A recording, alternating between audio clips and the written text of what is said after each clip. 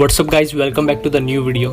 और आज की ये वीडियो थोड़ी सी ज़्यादा इंटरेस्टिंग होने वाली है, क्योंकि इस वीडियो में हम बात करेंगे बिग बैंग पर उठने वाले उन क्वेश्चंस के बारे में जिन्होंने बिग बैंग के अस्तित्व पर सवाल उठाए। अस्तित्व वैसे थोड़ा भारी शब्द है, कोई नहीं। बिग बैंग थ्योरी अब तक विज्ञान की दुनिया की उन सबसे बड़ी थ्योरीज में से एक है जिसने अब तक यूनिवर्स से रिलेटेड हमारे बहुत से सवालों के जवाब दिए हैं, जैसे कि शुरुआती अवस्था में यानी कि बिग बैंग होने से पहले हमारा यूनिवर्स कैसा था और किस मूल अवस्था में था और किस तरह से हमारे यूनिवर्स ने जन्म लिया।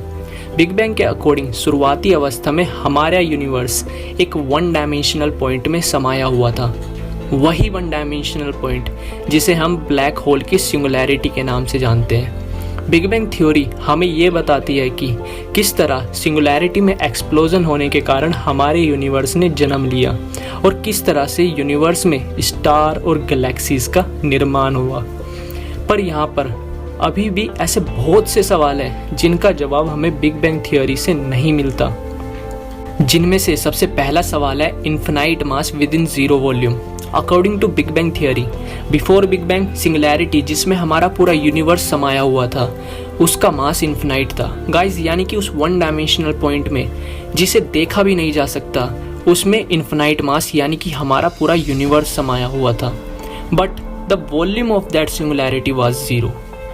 मुझे पता है ये सुनने में थोड़ा सा अजीब है कि जीरो वॉल्यूम में इन्फिनाइट मास कैसे समा सकता है।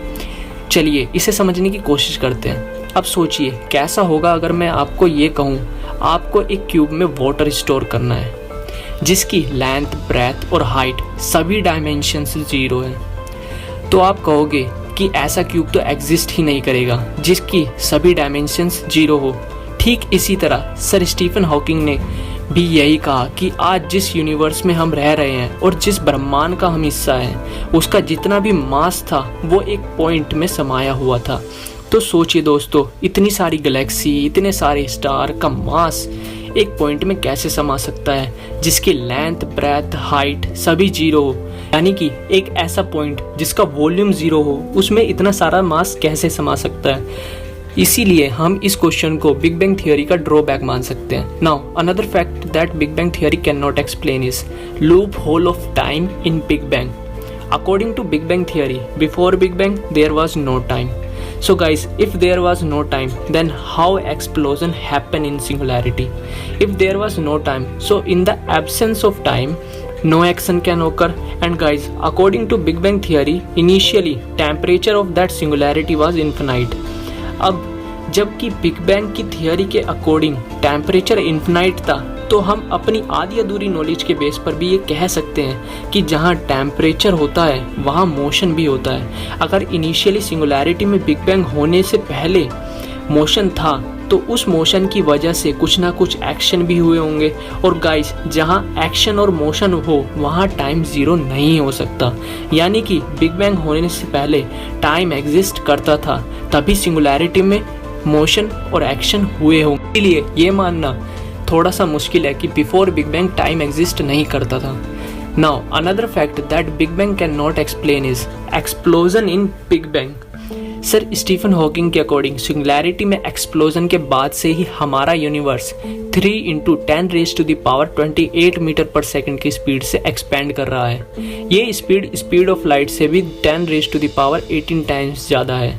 अब यहाँ पर एक छोटा सा एग्जाम्पल देखते हैं। गाइस, जब फायर क्रैकर में एक्सप्लोजन होता है तो उसमें एक्सप्लोजन के कारण उसके आसपास वॉइड क्रिएट हो जाता है, यानी कि जिस जगह एक्सप्लोजन होता है वहाँ पर जो मैटर मौजूद होता है वो आसपास के स्पेस में फैल जाता है और उस फायर एक्सप्लोजन की जगह पर एक वॉइड क्रिएट कर देता है।